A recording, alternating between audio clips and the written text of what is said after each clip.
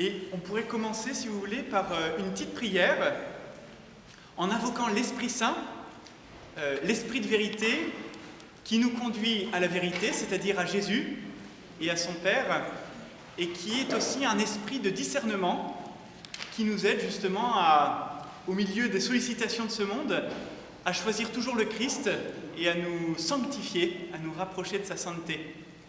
Viens, Esprit de sainteté, viens, Esprit de lumière, viens, Esprit de feu, viens nous embraser.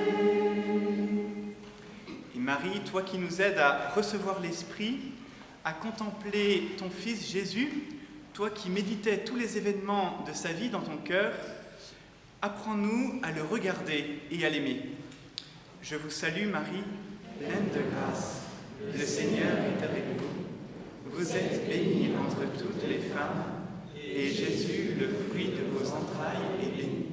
Sainte Marie, Mère de Dieu, priez pour nous pauvres pécheurs, maintenant et à l'heure de notre mort. Amen. Notre-Dame du Mont Carmel, Saint Jean de la Croix, Sainte Thérèse d'Avila, Sainte Thérèse de l'Enfant Jésus, nos saints anges gardiens, au nom du Père, du Fils et du Saint-Esprit.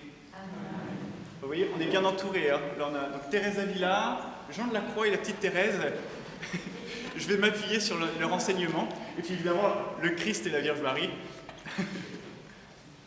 Alors, pour préparer cette conférence, je me suis amusé, une fois n'est pas coutume, à aller regarder une application que vous pouvez télécharger sur votre téléphone portable.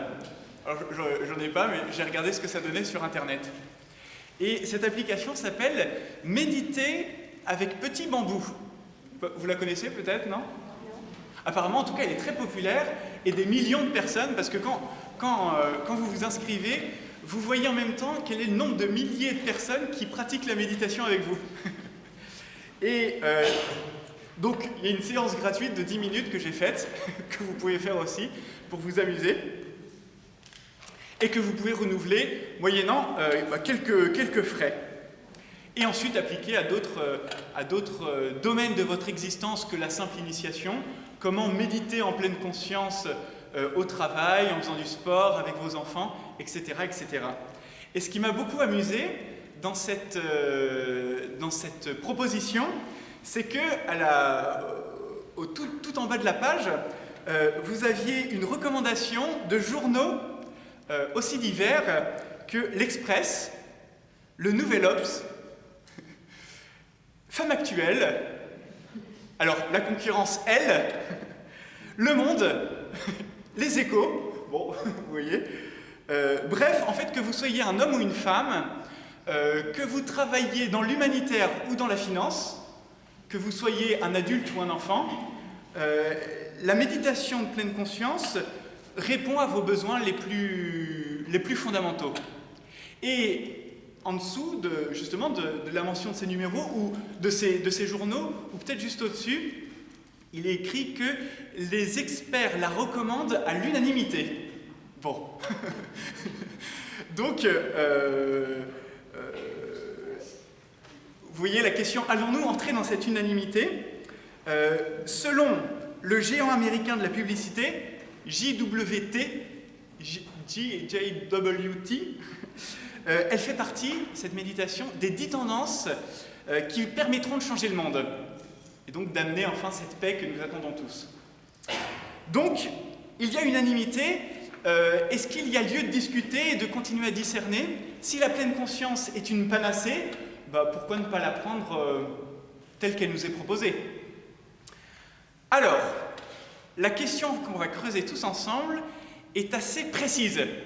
Et donc, je ne vais pas répondre à toutes les questions qui peuvent se poser lorsqu'on est confronté à cette proposition. Je vais vous dire d'abord ce que nous n'allons pas faire. Parce que ça, je le réserve aux spécialistes qui pourront mieux vous répondre que moi sur ces questions. Nous n'allons pas nous interroger sur l'opportunité de cette pratique dans un cadre thérapeutique. Voilà. Certaines études semblent très encourageantes, d'autres semblent beaucoup plus sceptiques. Je ne suis pas un spécialiste, je n'en sais rien. Nous n'allons pas non plus nous interroger sur l'opportunité de cette pratique dans un cadre professionnel. Apparemment, ceux qui font de la méditation de pleine conscience développeraient de meilleures performances au travail. Peut-être. Peut-être bien que oui. Ni d'ailleurs dans un cadre éducatif ou de relaxation. Je n'ai pas autorité pour vous parler de ces sujets. Par contre, on va s'attacher à répondre à cette question bien précise, qui vous a déjà été annoncée par le prieur. Est-ce que cette pratique est compatible avec la méditation chrétienne et plus précisément pour nous avec l'oraison telle que sainte Thérèse d'Avila nous l'a enseignée? La question est simple. C'est ce qu'on a essayé de faire dans le dernier numéro de la revue Carmel, qui vous ouvre des pistes intéressantes, mais qui, je pense, n'est pas encore parvenu au fond du fond de la réponse. Voilà. Je crois qu'on a encore quelques années de maturation à vivre avant de proposer quelque chose de consistant. Là, on a des grands axes fondamentaux, je pense, qu'on ne quittera pas, qu'on conservera, mais qui demandent encore du raffinement. Donc voilà. Ce que je vais vous proposer, c'est le résumé d'une réflexion qui n'est encore en cours d'élaboration. Et le numéro n'a pas été facile à réaliser. Alors, je fais un petit témoignage émotion personnelle, parce qu'en fait, on a dû adopter une position justement un petit peu décalée par rapport à cette unanimité dont je vous ai parlé. Voilà. On a dû ramer un peu à contre-courant, ce qui n'est pas facile et qui n'est pas toujours très agréable. Voilà. On a dû dire non à certains aspects de cette forme de méditation, tout en évitant, et c'est pas facile, tout en évitant un non qui soit bête et méchant. On a dû dire un non sur certains points, mais en essayant de le rendre le plus constructif possible et de faire comme la petite Thérèse nous l'a enseigné, c'est de dire parfois des noms qui sont dits avec tellement de charité qu'ils font davantage plaisir que des demi-oui. Voilà. Ça va? Sur certains aspects que je vais détailler. Parce qu'en même temps, vous comprenez bien que l'enjeu, ce ne serait pas de balayer d'un revers de main tout ce qui se vit de bien et qui peut être considéré comme des pierres d'attente pour une découverte d'une oraison plus profonde, d'une méditation plus profonde. Voilà. Et souvent, je le relève maintenant, l'Église avance dans sa réflexion théologique ou spirituelle en répondant à des défis. Et donc, pourquoi ne pas prendre la méditation de pleine conscience comme un défi qui est lancé à l'ordre du Carmel pour comprendre davantage quel est le trésor de sa tradition spirituelle et pour pouvoir mieux le présenter aux hommes de notre monde qui sont assoiffés de spiritualité. Est-ce que ça va jusque-là?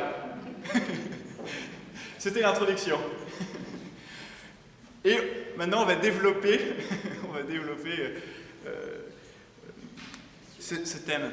Alors, je ne sais pas s'il y a des professeurs de français, mais je présente mes excuses. Je n'ai pas réussi à faire un plan en 3 parties. Donc, il n'y en aura que 2. La première, ce sera une courte présentation de ce qu'est cette méditation de pleine conscience. Voilà. Évidemment, qui ne sera pas exhaustive, parce qu'elle est tellement foisonnante que pour bien la cerner, il faudrait présenter toutes ces facettes, ce qu'on ne peut pas faire actuellement. Hein. Et la deuxième partie, justement, on va entrer davantage dans le détail du discernement en voyant 10 points qui pourront être des ressemblances qui n'en sont pas quand on les creuse un petit peu, ou alors des points de divergence plus nets. Voilà. Donc 10 points qu'on va scruter pour faire la distinction entre ces 2 formes de méditation. Alors, premier point. Quelle est cette forme de méditation qui est présentée aujourd'hui sous le terme de méditation pleine conscience, ou en anglais mindfulness? Bon, je vois si mon accent est bon. Désolé, c'est pour les profs d'anglais. Mindfulness. Alors, cette méditation, ceux qui la connaissent en connaissent déjà aussi probablement l'histoire, a été introduite en Occident, et particulièrement aux États-Unis, dans un cadre qui était officiellement clinique, pour réduire le stress, l'anxiété et la douleur, par un médecin américain qui s'appelle Jon Kabat-Zinn. Je peux là aussi si je le prononce bien. Donc il est né en 1944, il a 75 ans, et il est intéressant de connaître ce milieu dans lequel il a évolué, qui est à la fois donc un milieu scientifique, justement, et c'est en raison des recherches scientifiques et des résultats scientifiques qu'il a proposé que cette pratique a pu se développer, puisqu'on lui a donné elle a par là acquis un certain crédit, et aussi dans un cadre, on pourrait dire, de spiritualité orientale, parce qu'il appartient à un institut qui s'appelle Esalen, qui est lié au mouvement instauré par Gurdjieff, et qui s'inscrit dans un grand mouvement plus large, qu'on appelle parfois sous le terme de Nouvel Âge. Alors, en vous disant ça, je ne disqualifie pas tout de suite la pleine conscience sous prétexte qu'il s'agirait d'un milieu, qu'elle serait née dans un milieu avec certaines tendances ésotériques. Mais juste, c'est intéressant pour nous de savoir où est-ce qu'elle est née. Où est-ce qu'elle est née, dans quel bouillon de culture, elle est née.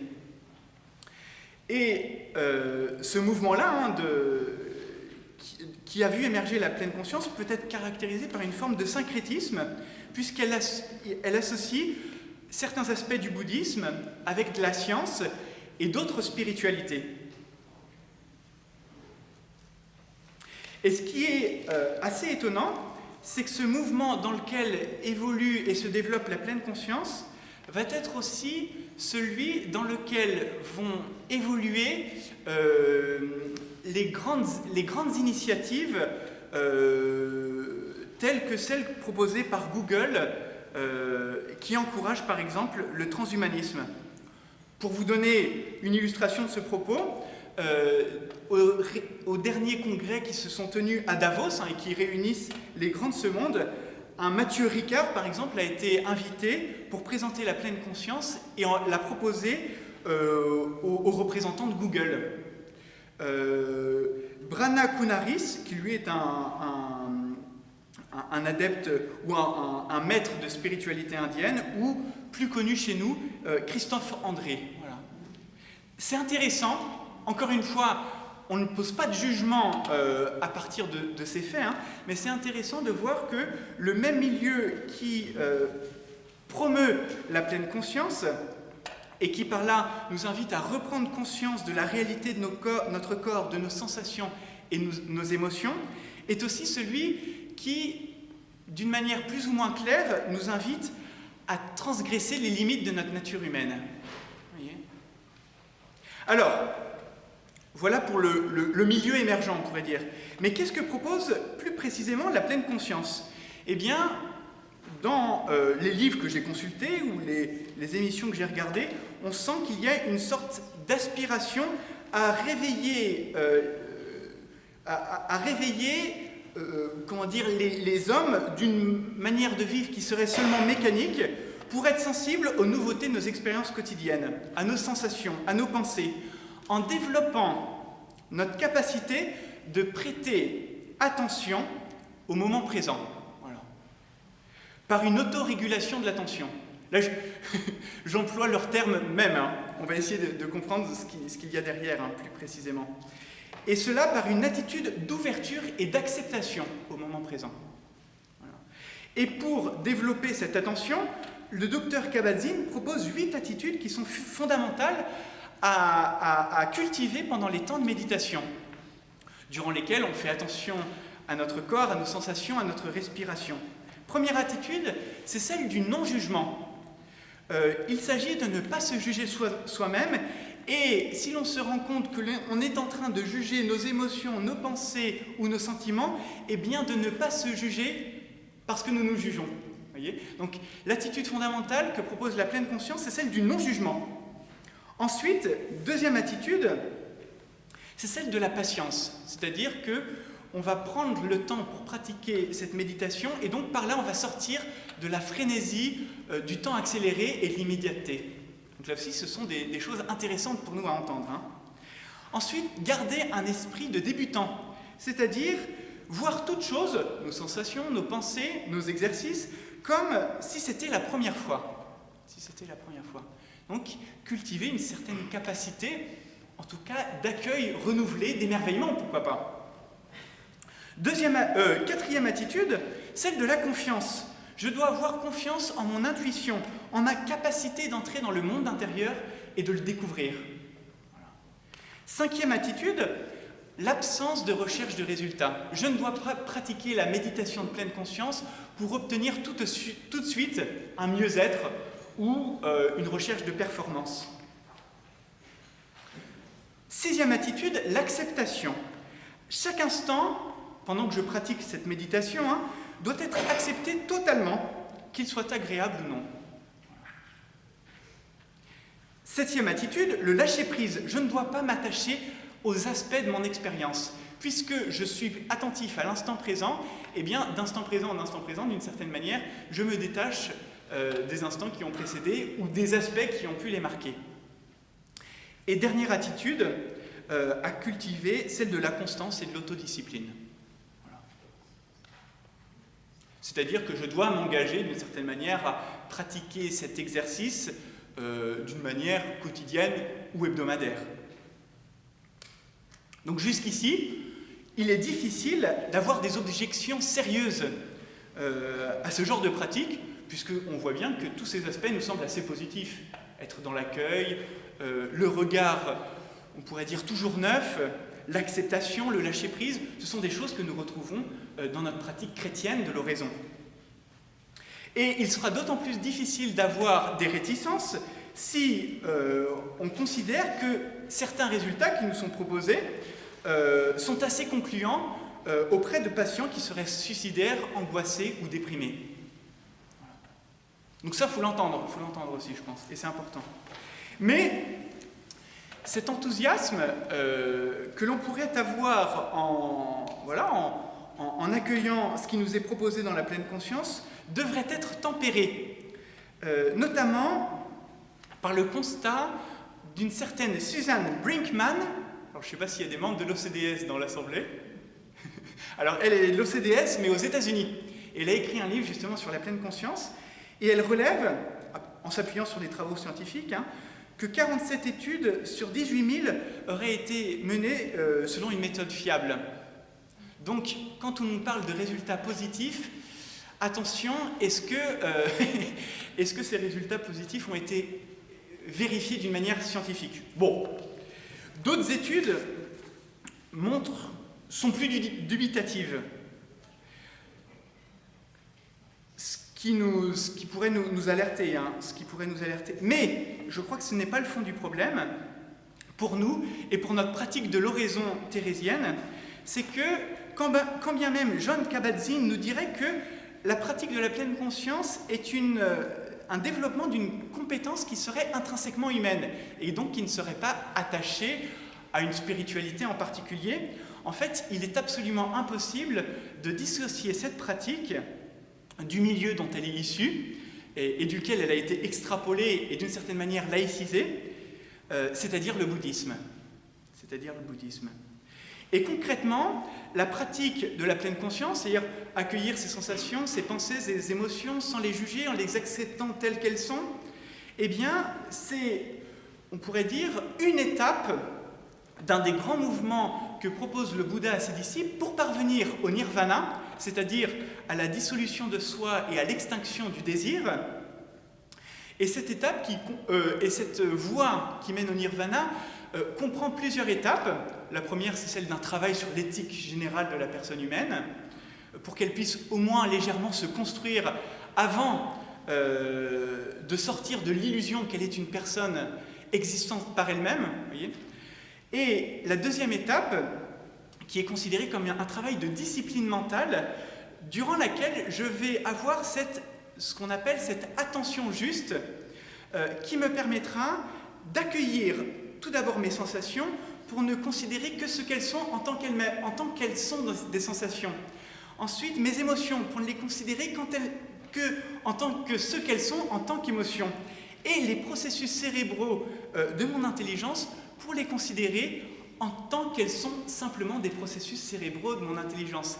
Cet exercice ayant pour finalité de me rendre compte que moi-même, je ne suis pas une personnalité existante, mais que je suis traversé par tout un tas d'agrégats dont je vais devoir me distancer pour parvenir à la dissolution de ma personnalité dans le nirvana. Vous voyez? Donc en fait, quand on pratique cette forme de méditation, on est pris dans un courant qui nous entraîne dans une direction qui semble opposée à celle de la tradition chrétienne, dans laquelle justement je me développe personnellement, je découvre ma vocation en relation avec une personne qui m'attend, qui est le Christ.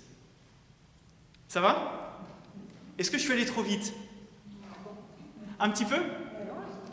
Alors, de toute façon, ce que je vous propose, si vous avez des questions sur ce lien avec le bouddhisme, on pourra le reprendre tout à l'heure.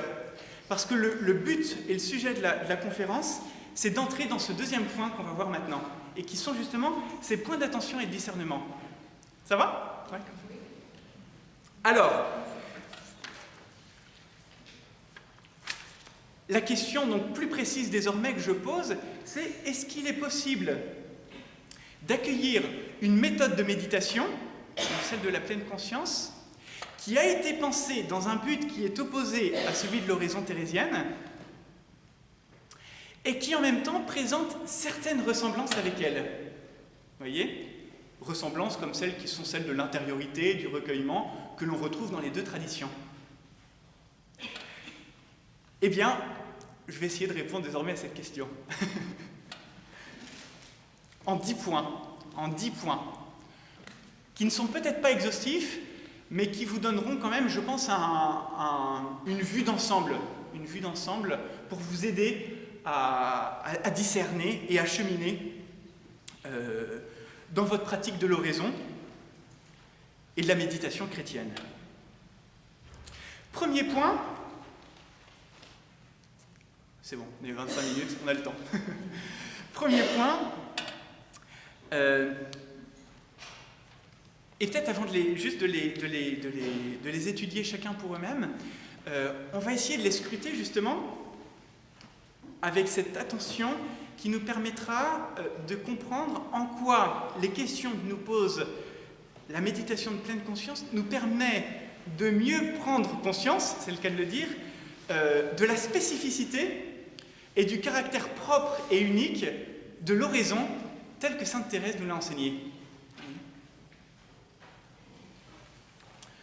Premier point, est-ce que nous faisons oraison pour prendre soin de notre âme? Souvent je crois que c'est dans France Musique ou France Classique, je ne sais plus sur quelle radio, il y a une petite publicité qui vous dit « Méditez », c'est-à-dire selon la pleine conscience, pour être heureux. Et d'une certaine manière aussi pour prendre soin de vous-même. C'est un leitmotiv qu'on retrouve dans la présentation de la méditation de pleine conscience. Est-ce que nous méditons? Est-ce que nous faisons oraison aussi pour prendre soin de notre âme? Eh bien, avec certaines idées que nous nous forgeons sur l'oraison, nous pourrions nous dire, tiens, pourquoi pas? Peut-être que là, il y aurait un lieu de rencontre entre la pleine conscience et l'oraison thérésienne. D'autant plus que, étymologiquement, la méditation signifie prendre soin d'eux. Voilà.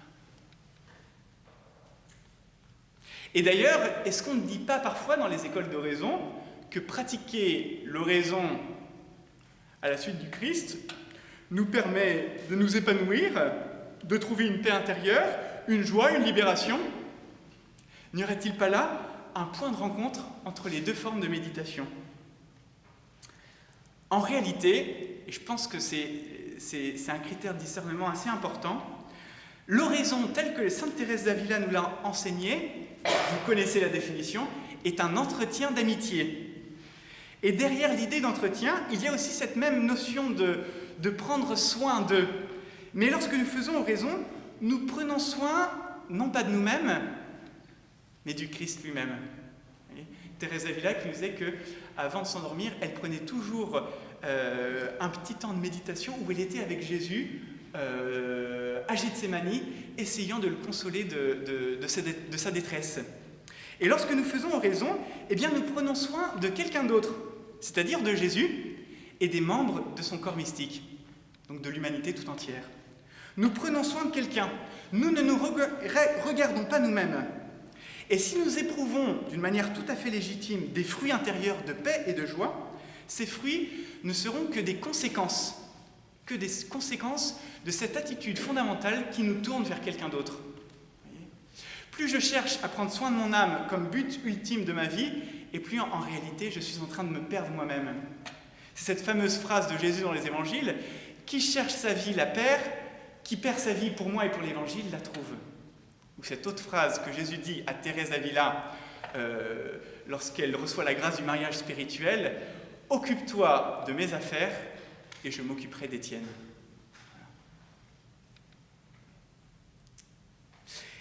Et ce qui est très beau dans cette vision de l'oraison, c'est qu'on voit bien cette miséricorde de Dieu qui nous appelle à nous entretenir avec lui. Parce que Dieu, qui est éternel et bienheureux, qui n'avait pas besoin de ma compagnie, a voulu, dans sa bonté pour moi, me faire participer, par pure gratuité d'amour, à son œuvre de salut pour le monde entier. Il a voulu se rendre esclave de mon amour pour me faire participer avec lui à la rédemption du monde. Voyez ? Il a voulu me faire ressembler à ce point à lui qu'il me fasse oublier moi-même pour m'intéresser au salut de mes frères. Je vais donc à l'oraison pour prendre soin de Jésus, pour sa consolation à lui et non pas pour la mienne. Ce qui nous permet de durer. Parce que lorsque nous sommes dans la sécheresse, eh bien nous nous souvenons que nous sommes là non pas pour nous, mais pour lui. Et qu'en étant là pour lui, eh bien nous allons grandir de la manière la plus haute qui soit dans notre sainteté et dans notre bonheur personnel. Oui. Donc je vais à l'oraison pour prendre soin de Jésus, pour l'aimer et pour le faire aimer, et pour lui enfanter des âmes qui l'aimeront et le loueront éternellement. Oui. Deuxième point de discernement. Est-ce que nous faisons, qui ressemble un peu au premier, mais qui se distingue, je vais vous dire pourquoi, est-ce que nous faisons oraison pour trouver la paix ? Vous voyez ? La pratique de la pleine conscience vise une certaine paix intérieure, une libération donc, de la tyrannie des désirs qui fragmente l'âme et qui la tiraille. Et ce sentiment de paix, il est procuré par une mise à distance de nos sensations, de nos pensées, qui justement, puisqu'elles suivent leur cours d'une manière libre et indépendante de moi-même, me laissent dans une certaine paix. Et je n'en suis plus esclave. Est-ce que l'oraison thérésienne est faite pour nous procurer la paix ? Eh bien, aussi étonnante que soit la réponse, Thérèse d'Avila nous dit, dans la vie, le chemin de perfection et les demeures, donc elle insiste, que lorsque nous faisons oraison, nous entrons en guerre. En guerre contre les démons, qui ne veulent pas que nous fassions oraison, en guerre contre la chair, qui se rebelle par tous les moyens contre l'Esprit de Dieu qui nous pousse à faire oraison, et en guerre contre le monde qui trouvera tout un tas de raisons pour nous faire sortir de cette disponibilité intérieure que requiert l'oraison. Et faire oraison suppose une ferme détermination et une ferme résolution à porter sa croix pour suivre le Christ. Et Thérèse d'Avila nous dit que si nous ne choisissons pas la croix dès le début de notre vie d'oraison, eh bien, nous allons ramper. Nous n'allons pas grandir dans les vertus, dans la sainteté et dans la rencontre du Christ. Et que la croix se présente à nous dès le début. Et que plus nous avançons d'une certaine manière, plus elle est facile de la porter, puisque nous trouvons en elle, mystérieusement par la grâce, nos délices. Je vous la cite, parce que c'est mieux quand même de la laisser parler. Elle est là. L'âme doit montrer un mal courage et ne pas ressembler à ces soldats qui se couchaient le ventre à terre, qui se couchaient sur le ventre pour boire. Elle doit s'armer de courage, elle va lutter contre tous les démons réunis. On va la trouver la paix. Et elle ne saurait avoir de meilleure arme que celle de la croix. Voici un avis que vous aurez soin de ne jamais oublier, parce qu'il est très important. L'unique ambition de celui qui commence à s'adonner à l'oraison doit être de travailler à s'affermir dans les bonnes résolutions et de négliger aucun moyen pour rendre sa volonté conforme à celle de Dieu. C'est en cela que consiste la plus haute perfection à laquelle on puisse arriver dans le chemin spirituel. Voyez ? Donc si nous faisons raison, ce n'est pas pour trouver la paix, mais pour prendre notre croix, suivre le Christ, et par cette démarche-là, trouver une paix beaucoup plus profonde que celle que le monde peut donner. Troisième point. Faisons-nous raison pour écouter notre corps et ses sensations, et ses appels, et ses demandes. La pratique de la pleine conscience nous invite justement à accueillir ce que le corps nous dit, sans le juger. Elle consiste en une écoute profonde de notre corps par des techniques de respiration et donc une concentration sur l'instant présent, tel qu'il se donne à moi. Il y a évidemment dans l'oraison une légitimité à enraciner notre prière dans notre chair, parce que la religion chrétienne est une religion de l'incarnation, et le Christ, c'est la deuxième personne de la Trinité qui a assumé une nature humaine. Donc évidemment, une prière qui gommerait le mystère de l'incarnation, qui gommerait le mystère de la chair, ne serait plus chrétienne. Ce serait une prière gnostique. Donc évidemment, nous avons à prendre en considération cet appel à ne pas négliger notre corps lorsque nous faisons oraison. Notre corps est le temple de l'Esprit Saint. Nous n'avons pas le droit de le mépriser.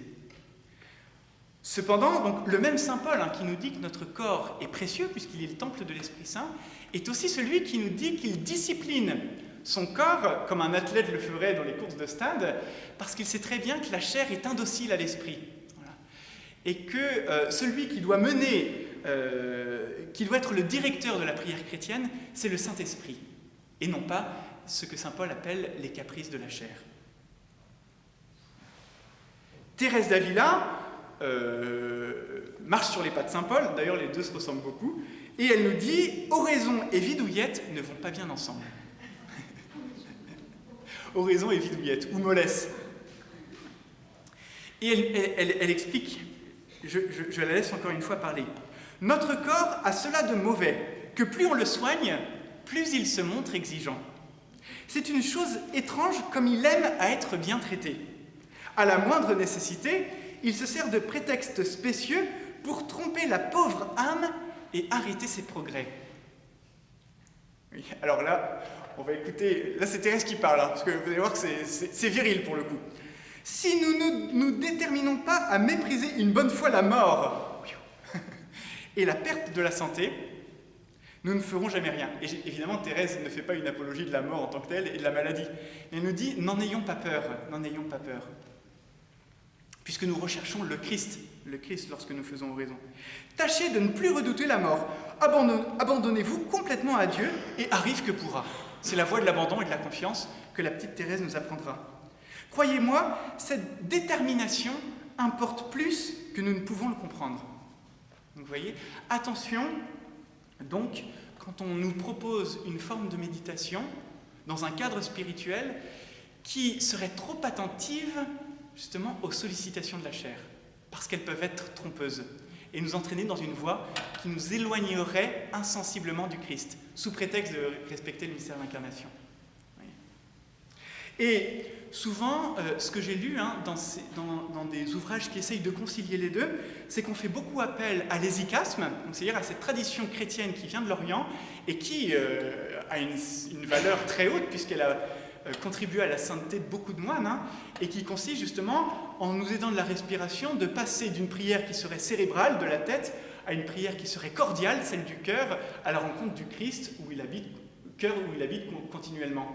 Sauf que ces mêmes traditions orientales nous invitent, elles aussi, à avoir une certaine forme d'ascétisme pour que ce ne soit pas justement les sollicitations de la chair qui prennent les commandes de notre prière. D'où l'intérêt, pour vraiment enraciner notre prière dans notre chair, dans notre corporéité, de pratiquer, dans l'obéissance et le discernement, parfois des petits sacrifices.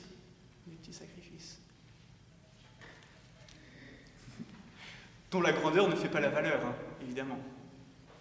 Mais justement pour bien dire à notre chair que elle doit suivre l'Esprit de Dieu. Elle doit suivre l'Esprit de Dieu. Et nous n'avons pas à en être esclaves. Quatrième point. La pleine conscience est-elle similaire à la garde du cœur des pères du désert ? Alors là, vous vous dire, cette question est assez étonnante. Je ne me la serais jamais posée. Ben, moi non plus. Et en fait, j'ai lu ça dans un livre assez intéressant qui disait justement que la pleine conscience telle qu'elle était pratiquée aujourd'hui n'était en réalité qu'une sorte de prolongation dans le temps de cette pratique qui était celle des pères du désert, d'être attentifs à leurs pensées. C'est ce qu'on appelle la garde du cœur, la garde des pensées. Alors, si vous voulez, je pourrais vous dire, j'ai une idée sur l'origine de cette proposition, mais là on n'a pas le temps et ce n'est pas le plus important de vous la suggérer.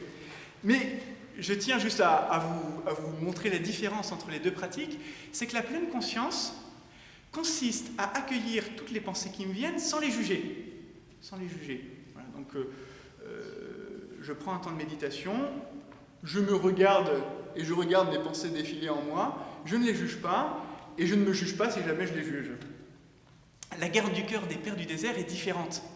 Elle consiste en effet à accueillir ces pensées, à les voir évoluer, mais pour un but bien précis, c'est de les discerner et de mener une lutte mortelle contre celles qui seront inspirées par les démons. Voilà.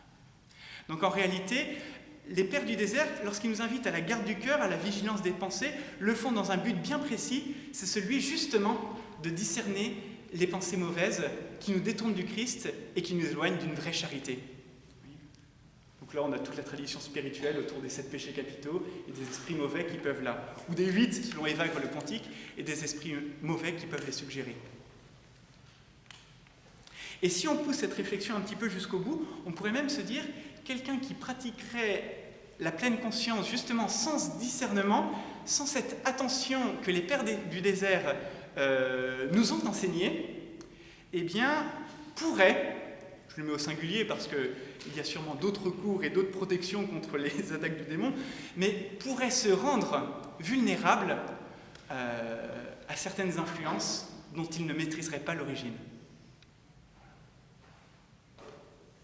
Car le Christ seul, le nom de Jésus seul, nous préserve de l'influence du mal, du péché et du démon. 5e point. Faut-il suspendre notre jugement pendant les temps d'oraison ?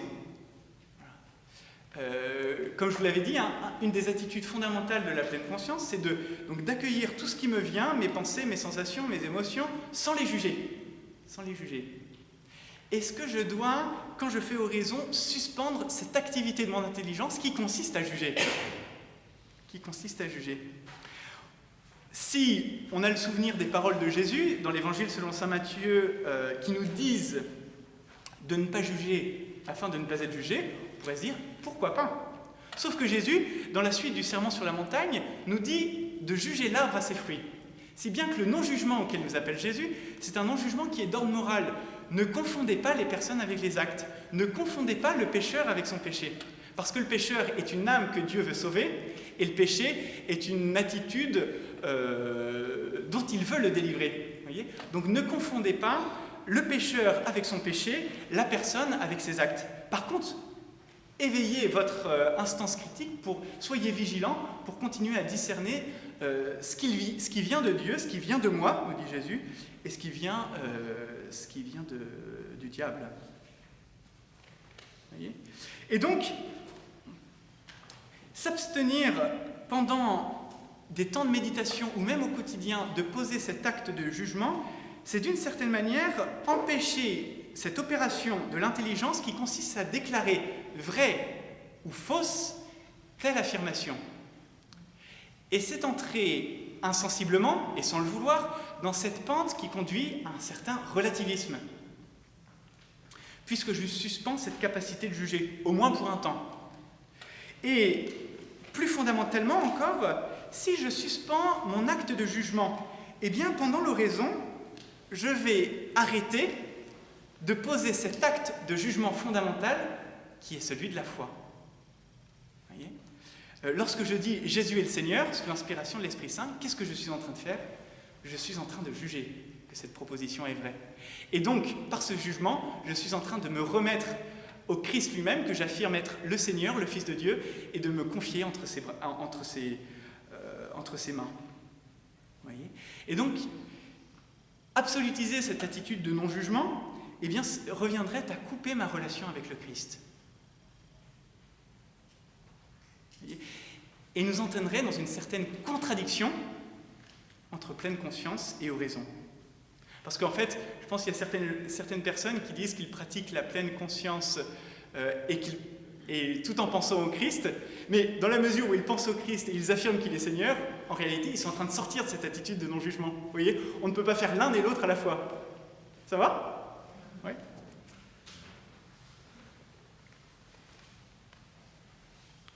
Sixième point.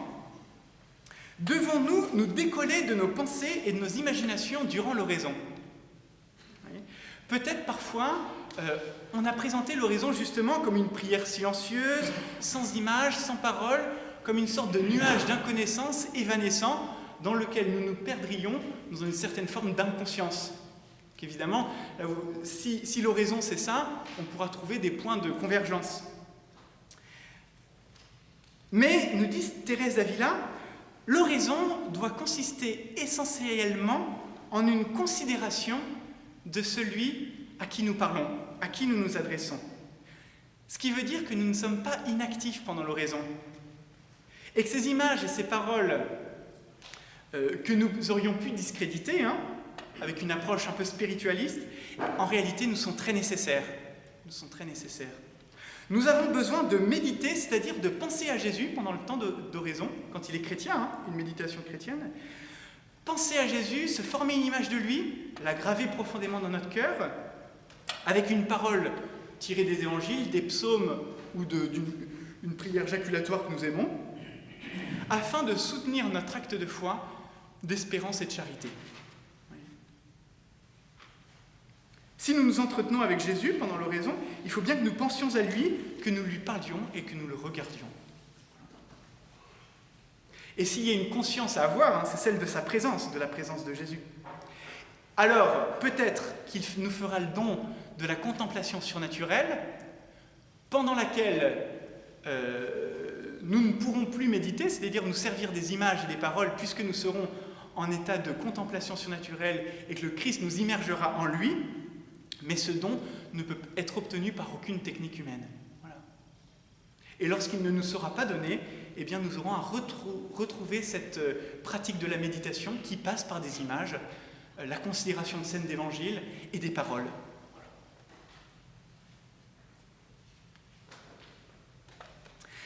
Septième point, l'attention que propose la pleine conscience est-elle cette attention amoureuse dont nous parle Saint Jean de la Croix dans la contemplation surnaturelle. Et Saint Jean de la Croix nous dit que lorsque Dieu nous fait le don de la contemplation, eh bien, nous n'avons à exercer qu'une forme de relation à lui, qui est celle de l'attention amoureuse, durant laquelle nous nous rendons disponibles à ce qu'il veut faire passivement dans notre âme n'ayant d'autre chose à faire que de se laisser faire.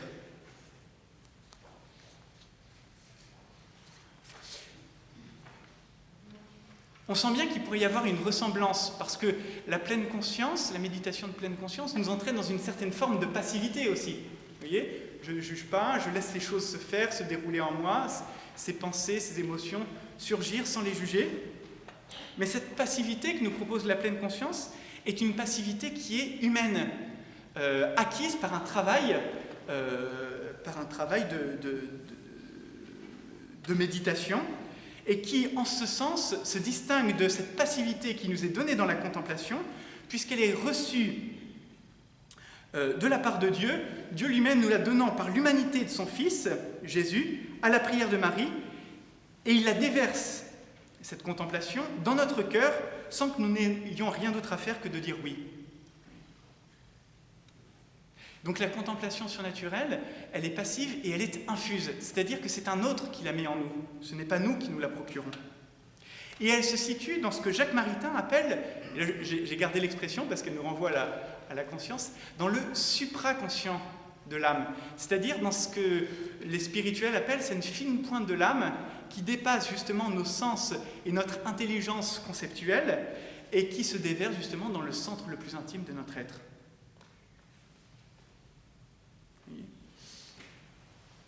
On pourrait dire que la supraconscience, mettez entre guillemets parce que qui est engendrée par la contemplation est d'autant plus grande qu'elle est obscure à la pleine conscience acquise par une méthode humaine.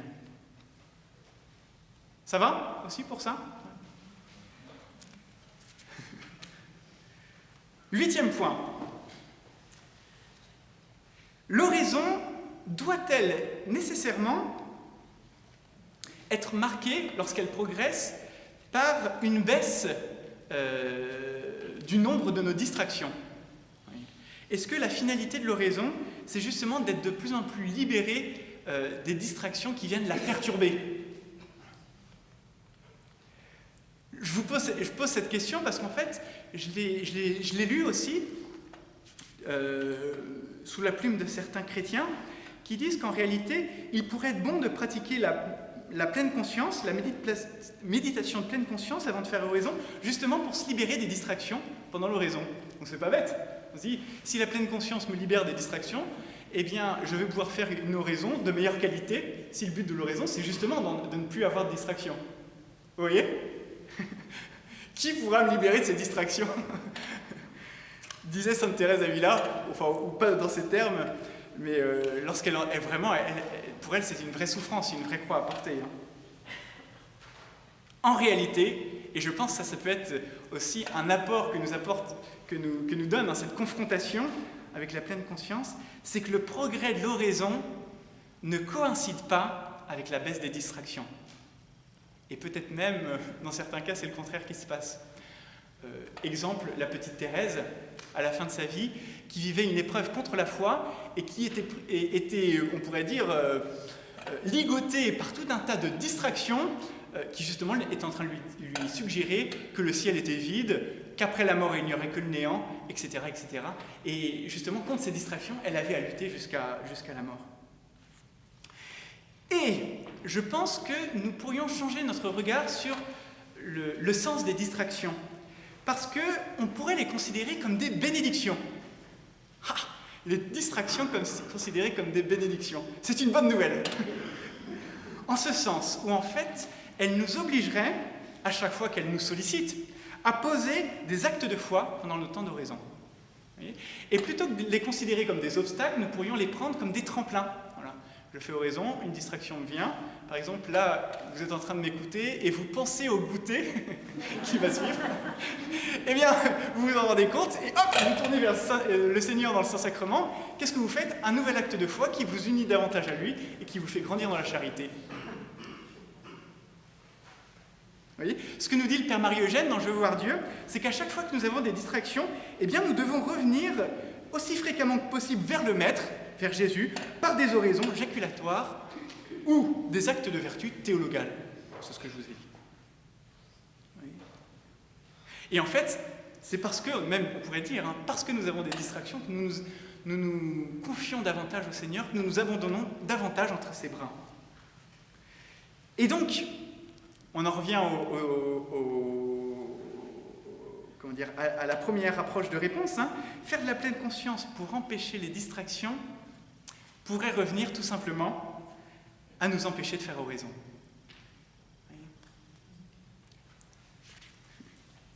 Et puis en plus, on a des journées bien chargées. Donc si on arrive à s'extraire pendant 15 minutes du flux quotidien de nos activités, autant les consacrer, même si nous avons des distractions, à un temps de rencontre avec le Seigneur, plutôt qu'avec nous-mêmes. En tout cas, si nous sommes dans un cadre spirituel qui est celui de la prière. Comme je vous l'ai dit au tout début de la conférence, il y a peut-être d'autres cadres du style thérapeutique qui peuvent légitimer cette pratique. Ça, parole aux experts. 9e point. Quel type de conscience se développe durant l'oraison? Quel type de conscience se développe? La pleine conscience, la méditation de pleine conscience, consiste à se rendre attentif à l'instant présent. L'oraison, quant à elle, développe notre conscience de la présence de Dieu, de Jésus, au centre de notre âme, de la Trinité Sainte, de Marie, des anges et des saints, mais aussi la conscience de notre péché. Et donc, il y a bien un développement de la conscience qui se réalise par nos temps d'oraison, mais il s'agit d'un développement de la conscience qui est d'ordre moral et qui entraîne une réforme de notre vie. Tandis que la pleine conscience se propose de faire baisser notre sentiment de culpabilité. ce qui peut être parfois utile lorsqu'il s'agit de culpabilité maladive. Voilà. L'oraison, quant à elle, en nous faisant sentir notre péché, puisqu'elle nous expose à la lumière divine, très pure, et ce sera justement le mécanisme des nuits dont nous a parlé Saint Jean de la Croix, la pureté infinie de Dieu rencontrant notre péché et le purifiant, eh bien, en nous faisant sentir notre péché, l'oraison nous expose au feu de la miséricorde divine qui nous permet d'obtenir d'elle une véritable guérison intérieure. Encore une fois, qui est d'ordre moral, guérison de notre péché. Moyennant aussi tous les sacrements et compagnie. Je vous lis une parole de la petite Thérèse, peut-être que vous connaissez bien, mais qui exprime bien cette attitude que nous pouvons avoir pendant l'oraison et qui consiste justement, en voyant nos péchés, nos misères, nos faiblesses, à les exposer à la miséricorde divine. Après tous ces méfaits, le petit oiseau, donc c'est elle, quand elle fait oraison, et dans le quotidien, au lieu d'aller se cacher dans un coin pour pleurer sa misère et mourir de repentir, le petit oiseau se tourne vers son bien-aimé soleil. Il présente à ses rayons bienfaisants ses petites ailes mouillées, il gémit comme l'hirondelle, et dans son doux chant, il confie, il raconte en détail ses infidélités, pensant, dans son téméraire abandon, acquérir ainsi plus d'empire, attirer plus pleinement l'amour de celui qui n'est pas venu appeler les justes, mais les pécheurs. Voyez ? Au lieu justement de décoller de mon péché et de le considérer d'un point de vue purement extérieur, de l'accepter ou de m'en distancier, eh bien la petite Thérèse nous invite au contraire à le prendre, à l'identifier, à le cerner et à le présenter à la miséricorde divine, au rayon bienfaisant du bien-aimé soleil, pour acquérir plus d'empire sur lui, c'est-à-dire pour nous unir davantage à lui. Parce que c'est dans notre faiblesse que nous retrouvons, que nous nous unissons à la miséricorde de Dieu qui n'est pas venu appeler les justes, mais les pécheurs. Un peu comme le dit Saint Jean de la Croix dans la Vie flamme d'amour, nous avons à présenter au feu de l'Esprit Saint, au cautère brûlant d'amour de l'Esprit Saint, les plaies de nos péchés, afin qu'il les transforme en source de grâce pour nous et pour le monde entier. 10e point, et ce sera le dernier, l'oraison doit s'accompagner d'une croissance de la vie vertueuse. Une croissance dans la vie vertueuse. Alors que la pleine conscience éteint d'une certaine manière un sentiment moral, tout en faisant progresser, apparemment, nos capacités cognitives ou des compétences qui seraient d'ordre professionnel, eh bien l'oraison, quant à elle, en développant le sentiment moral et en nous baignant dans les eaux de la charité et de la miséricorde divine, développe en nous nos capacités vertueuses et normalement nous fait grandir dans l'humilité, la charité et le détachement de tout le Christ. Ce sont les 3 vertus thérésiennes que sainte Thérèse d'Avila nous propose lorsque nous voulons grandir sur ce chemin de l'oraison.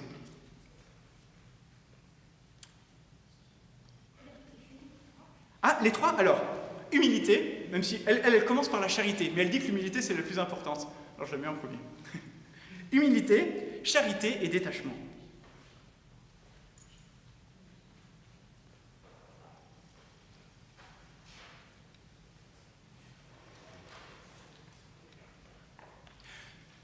Voilà donc quelques points de discernement qui ne prétendent pas, en tout cas, cerner toute la question, dans toute sa complexité. Mais je pense que le nœud de cette question pourrait être revu à partir de l'enseignement de Saint Jean de la Croix. Parce qu'en fait, l'apaisement naturel que procure la pleine conscience, et qui est réel, c'est-à-dire qu'au début, en tout cas, il y a un vrai apaisement, en tout cas souvent au témoignage de ceux qui la pratiquent, ne doit pas être confondu avec cette paix surnaturelle qui nous est donnée dans l'oraison. Saint Jean de la Croix nous dit que cette paix surnaturelle qui nous est donnée par la grâce nous enrichit de trésors très précieux, qu'il décrit en termes d'onguents, de parfums très délicats, et qui, lorsque nous les refusons, en opposant à l'action de Dieu une activité qui serait purement humaine et naturelle, entraîne une perte pour l'âme et pour Dieu bien plus grave que celle, nous dit Saint Jean de la Croix, de la perte de beaucoup d'autres âmes. Pourquoi ? Parce que lorsque nous faisons oraison, eh bien, Dieu dépose dans notre âme des trésors de sanctification qui nous feront beaucoup grandir dans la charité et qui nous permettront aussi d'enrichir l'Église par notre entremise et de participer au salut des âmes. Et donc, ne pas alerter de cette perte reviendrait à ignorer cet avertissement du docteur mystique, Saint Jean de la Croix, qui nous dit ceci: « Les affaires de Dieu doivent se faire avec beaucoup d'examen et les yeux bien ouverts, principalement en choses de si grande importance et en une affaire si haute qui est l'état de ces âmes, celles qui font en raison, auquel, et là écoutons bien, il y a presque un bien infini à celui qui réussit et une perte presque infinie à celui qui vient à faillir. » Évidemment, je ne dis pas ça pour faire augmenter l'anxiété dans cette assemblée, mais juste pour montrer l'importance de l'enjeu. Dernier point, pour en arriver à la fin de cette conclusion, c'est quand même, je me demande, et là c'est une réflexion personnelle, je me demande si le Seigneur, en permettant justement cette prolifération, cette incroyable expansion de la pleine conscience dans le monde, ne serait pas en train de réaliser quelque chose d'un petit peu similaire à ce qu'il a fait ou laissé faire durant le temps de l'Empire romain. Pourquoi ? Parce que l'Empire romain a développé tout un tas de réseaux, de routes qui ont permis aux chrétiens d'aller évangéliser le monde entier.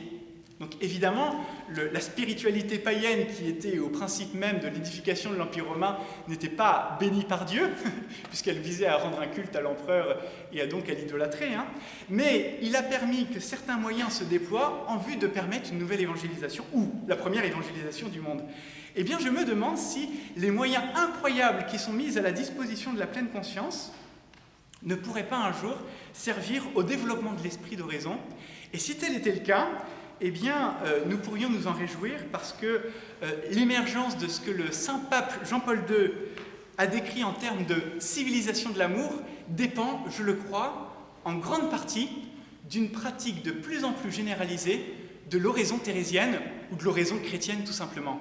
Pourquoi ? Parce que l'oraison est le moyen principal par lequel, en plus d'une vie chrétienne qui s'alimente aux sources d'eau vive que sont les sacrements et d'une activité et d'une vie vertueuse en cohérente avec l'enseignement du magistère, mais l'oraison est ce lieu principal par lequel Dieu déverse en nos cœurs les trésors de sa charité et nous font grandir dans la charité. Donc plus il y aura d'âmes à faire oraison, et plus cette nouvelle évangélisation du monde pourra se faire facilement. Donc espérons que les réseaux, un jour de la pleine conscience, se transforment en réseaux d'écoles d'oraison, généralisées et mondialisées, pour que l'Esprit Saint puisse travailler le cœur de l'humanité tout entière. Amen.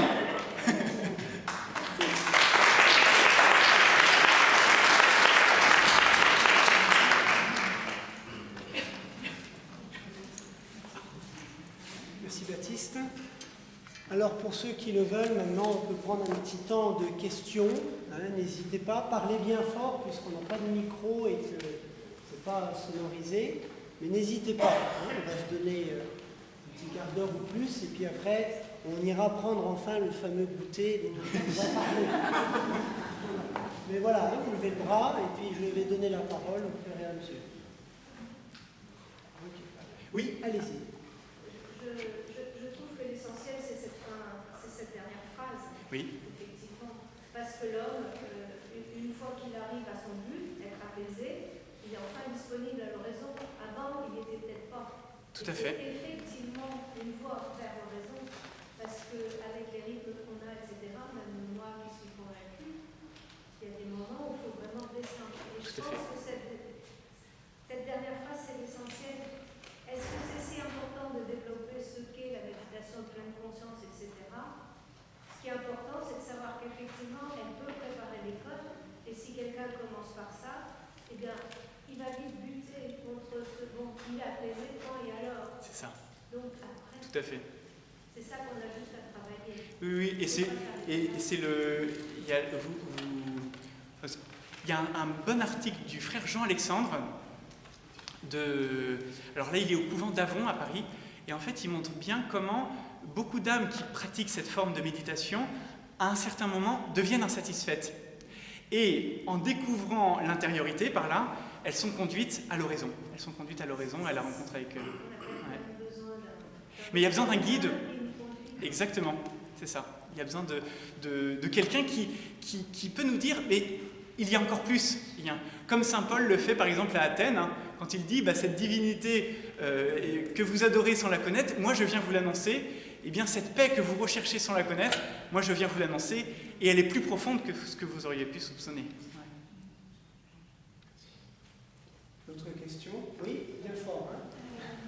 Est-ce que la méditation de pleine conscience peut être constituer une porte ouverte par rapport à, comme ça peut l'être pour la cartomancie ou d'autres choses, une porte ouverte avec le monde spirituel, entre guillemets, magnifique? Est-ce qu'il y a... Je pense que ça peut être un danger, comme je vous l'ai dit. En même temps, il faut faire attention, je pense, à ne pas diaboliser, parce que beaucoup de gens sûrement, pratiquent cette méditation avec une recherche légitime, et ils sont travaillés par la grâce. Donc dans la mesure où la grâce les travaille, ils ont une certaine protection. Mais ceci dit, vous avez raison, ça peut être une porte ouverte, je pense, qui sera d'autant plus ouverte qu'à travers cette pratique, il pourrait y avoir une recherche de toute puissance. C'est-à-dire qu'en effet, là ça peut être un moment, de toute façon, il y a deux chemins qui se présentent à nous, soit celui justement du don de soi, soit celui de l'amour de soi. L'amour de soi au mépris de Dieu, ou l'amour de Dieu au mépris de soi, hein, comme dit saint Augustin. Et si mon option fondamentale consiste justement à me développer moi-même pour augmenter mes capacités et devenir de plus en plus puissant, eh bien en effet, là je suis en train de prendre une pente qui pourrait me rendre assez facilement influençable.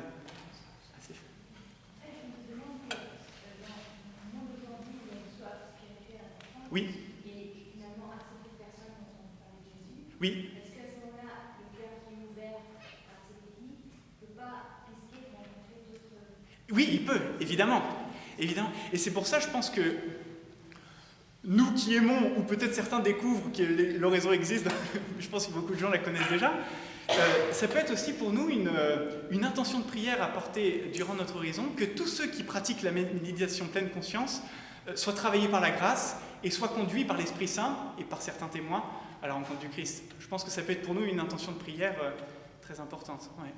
Mais en effet, avançons Jésus.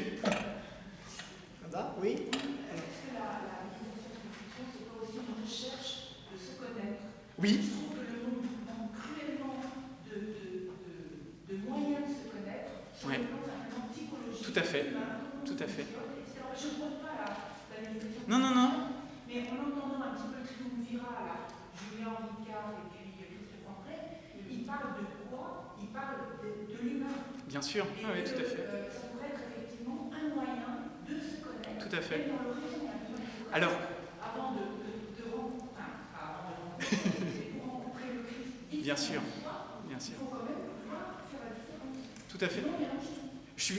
Alors, évidemment, dans l'horizon accompagné, ouais. on peut effectivement faire la différence sur ce travail-là. Et combien de personnes ont les capacités de se faire accompagner de la prière de l'horizon? Bien sûr. C'est vrai qu'il... Ouais, vas-y. C'est simplement des questions. Bien sûr, non, et elle est complètement légitime. Et en effet, je pense que ce qu'il y a de... et ce qui peut justement, pourquoi pas, expliquer ce cadre thérapeutique dans lequel la pleine conscience prospère, hein, c'est cette aspiration à se connaître. Mais en même temps, il y a une phrase de Thérèse d'Avila que je ne vous ai pas citée, mais je peux vous la lire maintenant, dans lequel... Non, ce serait trop je vais vous l'expliquer plutôt que vous la dire. En fait, elle nous dit que la vraie connaissance de soi ne nous est donnée que dans la mesure où nous nous contemplons dans le miroir du Christ. C'est-à-dire que, essayer de se connaître soi-même sans avoir ce vis-à-vis avec le Christ m'amènera toujours à une connaissance qui sera très imparfaite et très incomplète. Ouais. Donc, moyennant cette limite, en effet, pourquoi pas, des gens cherchent légitimement à mieux connaître leur intériorité, vont vers cette voie, mais ils seront toujours insatisfaits parce que la véritable connaissance de soi, comme dit Thérèse d'Avila, ne nous est donnée que dans le vis-à-vis avec dans un regard sur Dieu. Dans un regard sur Dieu. Oui, c'est ça. Emmanuel, pour répondre. Une objection qui peut vous être faite, c'est que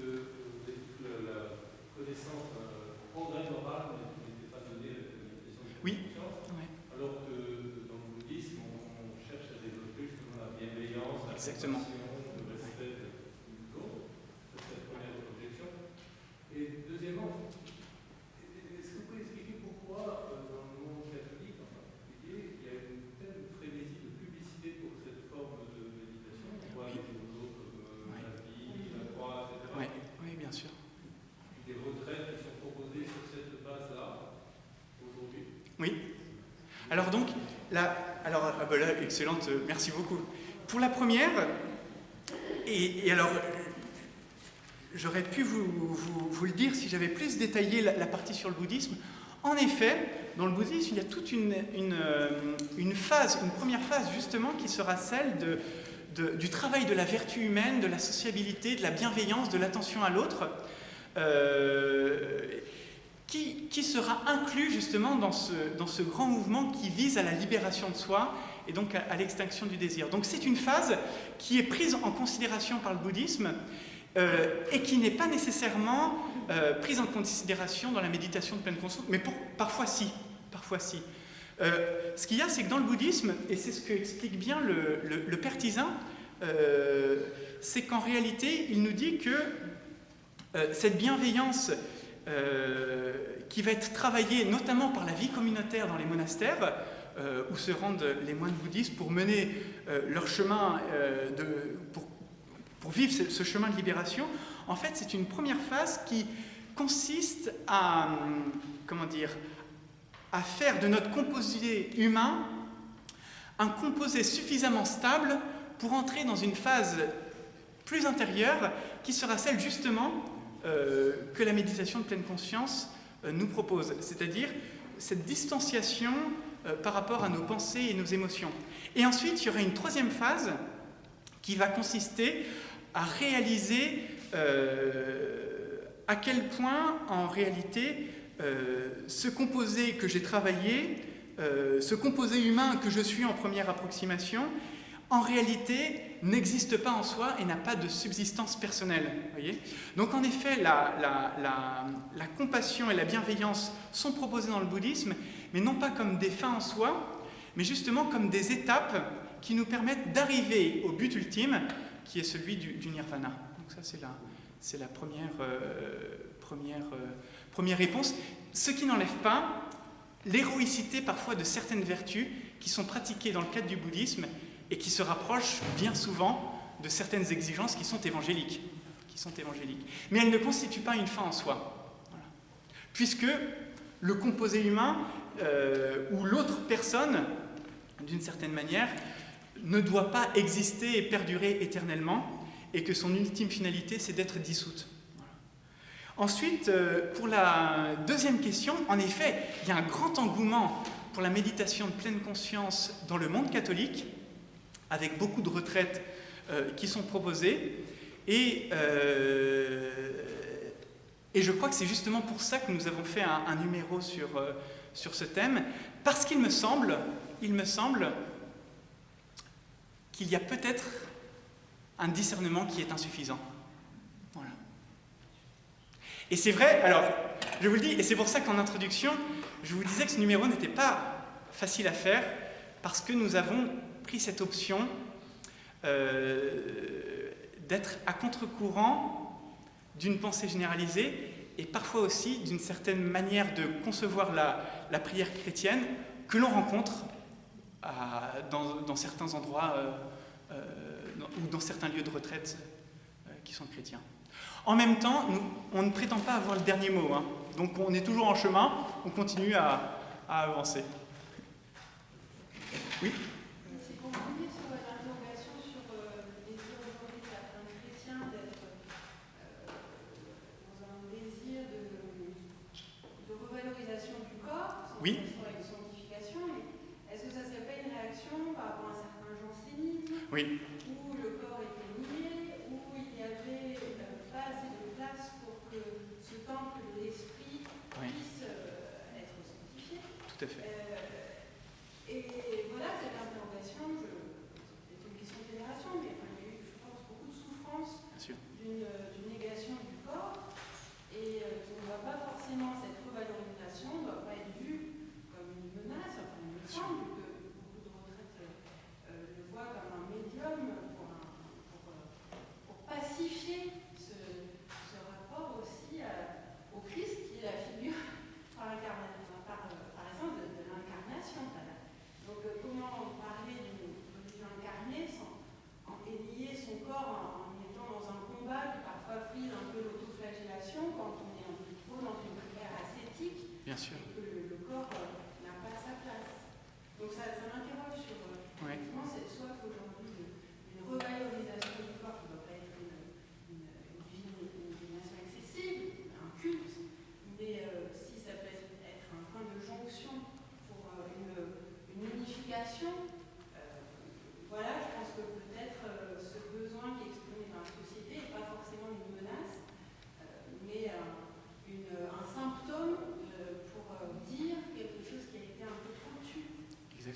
je suis complètement d'accord.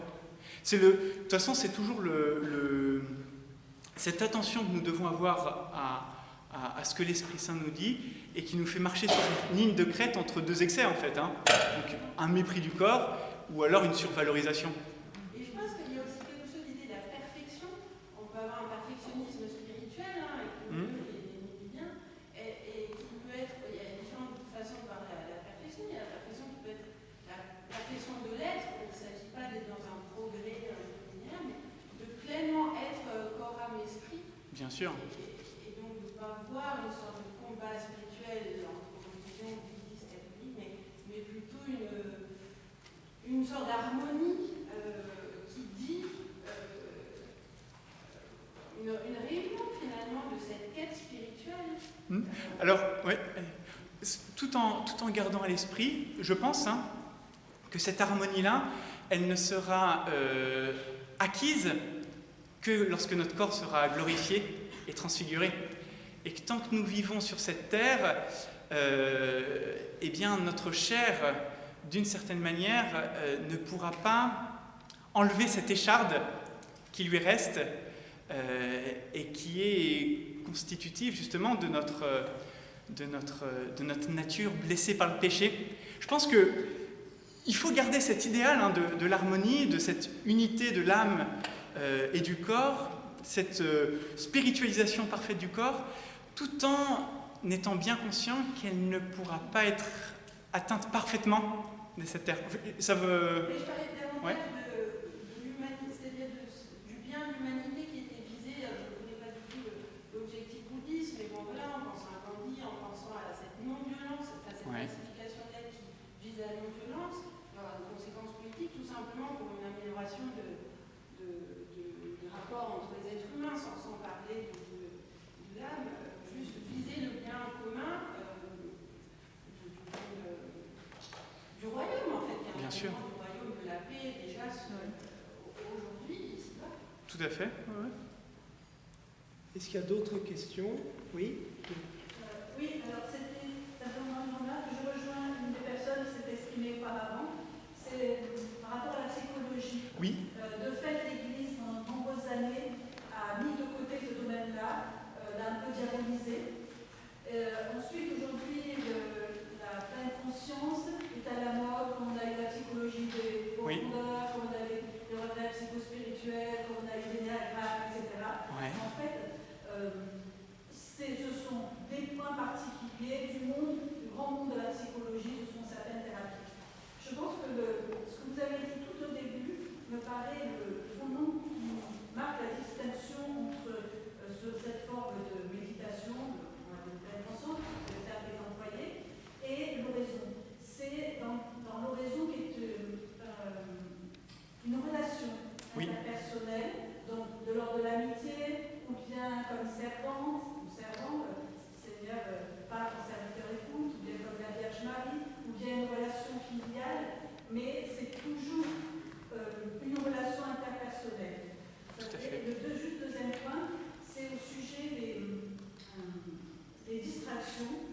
Il me semble que les distractions doivent toujours être accueillies avec bonheur parce qu'elles disent beaucoup de ce que nous sommes et c'est toujours l'occasion, à nouveau, c'est comme si c'était un don que le Seigneur nous faisait à ce moment-là, une grâce pour nous inviter à nouveau entrer en dialogue avec lui, soit pour rendre grâce pour écouter, ou bien si c'est quelque chose de récurrent, le Seigneur m'éclaire sur un point qui sera après à discerner avec un accompagnement.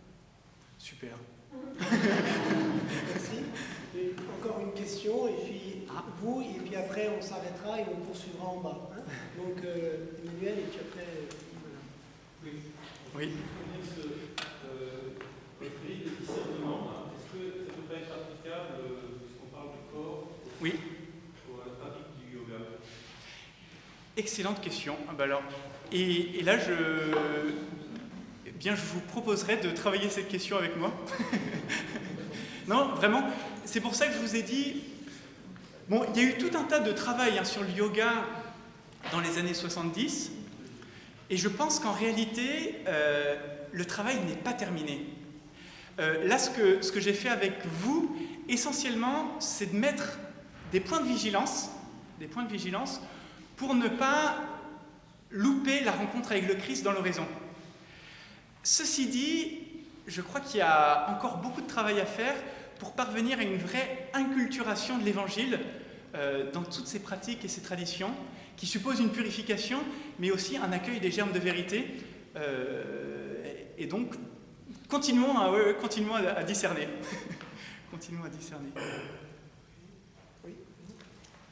Moi, c'est juste peut-être une question un peu bête, c'est juste savoir s'il existe un enseignement sur l'horizon, tout comme il existe un enseignement sur la méditation. Ah oui, bien sûr. Là, je peux que vous recommander. Il y a tout un tas de. Alors, je connais les livres qui sont aux éditions du Carmel.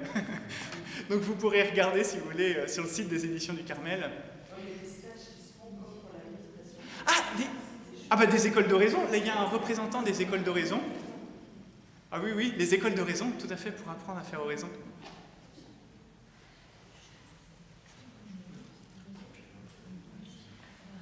Très bien. Bon, on est obligé de... Voilà.